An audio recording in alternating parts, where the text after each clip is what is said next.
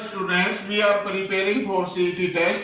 If sentences, there are three situations in if sentences. If the first part if part takes the present indefinite tense, then in the second part second sentence may be present indefinite tense, imperative sentence, will, shall, and the first form of the verb.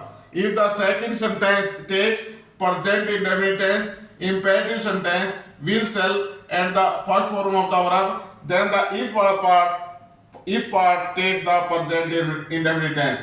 This is the vice versa. Okay. Second situation, if the if part takes the past indefinite tense, then the second part will take would plus first form of the verb. If the second part takes would plus first form of the verb, then the if takes past indefinite tense. Third situation, if takes the past perfect tense, then the second will take would have third form of the verb. If the second takes the would have verb third form of the verb, then the if past takes past perfect tense. Let us see some examples.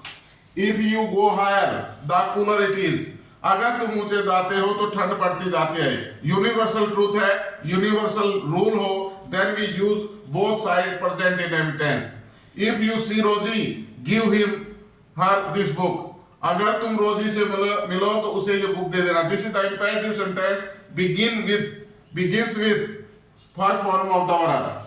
If you work hard, present indefinite tense, you will pass, will and first form of the verb. Second situation, if you worked hard, past indefinite tense, you would pass, would plus first form of the verb. Third situation, if you had worked hard, past perfect tense, had the third form of the verb. The second part takes the second sentence take would plus have plus third form. If you had worked hard, you would have passed. There are the three situations in the if sentences. Okay, thanks.